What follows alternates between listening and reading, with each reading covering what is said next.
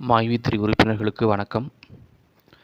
மைவி3ல பல லட்சம் உறுப்பினர்கள் இருக்கிறாங்க. நிரந்தர உறுப்பினராக இருந்திருக்காங்க. அதாவது பல மாதங்களாக நிறைய பணம் எடுத்து அதன் மூலமாக நன்மை அடைஞ்சிருக்கிறாங்க. ஆனால் அந்த உறுப்பினர்கள் நிறைய பேர் நெகட்டிவாக பேசிக்கிட்டு இருக்கிறாங்க. நெகட்டிவாக பேசுகிறதுனால பாதிப்பு யார் மைவி3க்கு அகெயின்ஸ்டாக பொய் வழக்கு போட்டிருக்காங்களோ அவங்களுக்கு தான் நன்மை. மைவி3 ஆட்ஸில் மக்கள் சம்பாதிச்ச பணம் அதிகம், கோடிக்கணக்கில் பணம் தேங்கி கிடக்குது. அந்த பணத்தை எப்படியாவது எடுக்கணுங்கிறது தான் அசோக் ஸ்ரீநிதி போன்ற ஆட்களுடைய சதித்திட்டமே. இது எல்லோருக்குமே தெரியும் இந்த உண்மை. அதனால தான் இந்த பணத்தை எப்படியாவது பாதுகாக்கணுங்கிறதுக்காக தான் எம்டி அவர்கள் ரொம்ப அமைதியாகவும் பொறுமையாகவும் காத்துக்கிட்டு இருக்கிறாரு. எந்த அளவுக்கு மக்களுக்கு நன்மை செஞ்சிட்ருக்குமோ அந்த அளவுக்கு அசோக் ஸ்ரீநிதி மறுபடியும் பொய் வழக்கு போட்டு இதில் இருக்க பாதி பணத்தை எப்படியாவது எடுக்கணும் அப்படிங்கிறதான் அவங்க கூட்டாளியோடு சேர்ந்து நிறைய திட்டம் போட்டுக்கிட்டு இருக்கிறாங்க.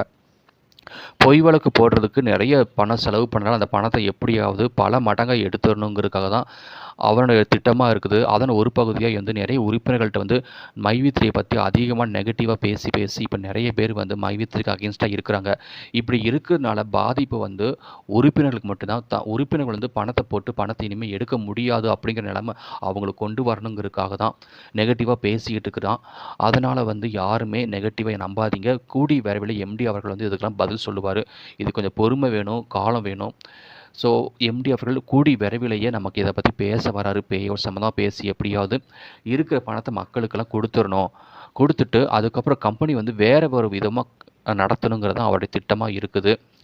இதில் சில வழக்கறிஞர்கள் அதாவது சில வழக்கறிஞர்கள் எம்டி அவர்களுக்கு சில ஆலோசனை கொடுத்துருக்காங்க. என்ன ஆலோசனை அப்படின்னா, மைவி3 ஆட்ஸுங்கிற பெயரை மாற்றணும் அப்படிங்கிறாங்க. ஏன்னா ஆட்ஸை பார்த்தா எப்படி இவ்வளோ பணம் சம்பாதிக்க முடியும்? அது சாதாரண ஒரு விளம்பரங்கள் லோக்கல் விளம்பரங்களை எப்படி பார்த்து நம்ம ஒருத்தர் எப்படி ஒரு இவ்வளோ பெரிய பணத்தொகை கொடுக்க முடியும் அப்படின்னு நினச்சிக்கிட்டு அதில் ஒரு கேள்விக்குறி எடுத்துருக்குறாங்க. இதனால் எம்டி அவர்களுக்கு சரியான ஒரு டாக்குமெண்ட் எதுவுமே கொடுக்க முடியாதனால தான் இவ்வளவு நாள் இழுத்துக்கிட்டு இருக்காங்க.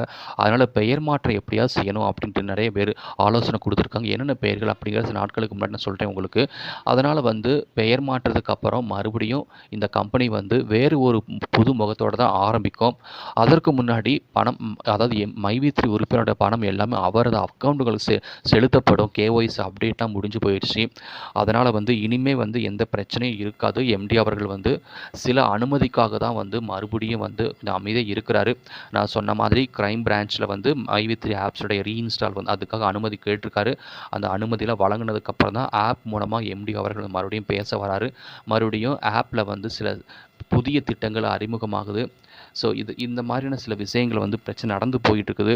அதனால் உறுப்பினர்கள் யாருமே நெகட்டிவாக யாருமே பேச வேண்டாம். பாசிட்டிவாக இருங்க.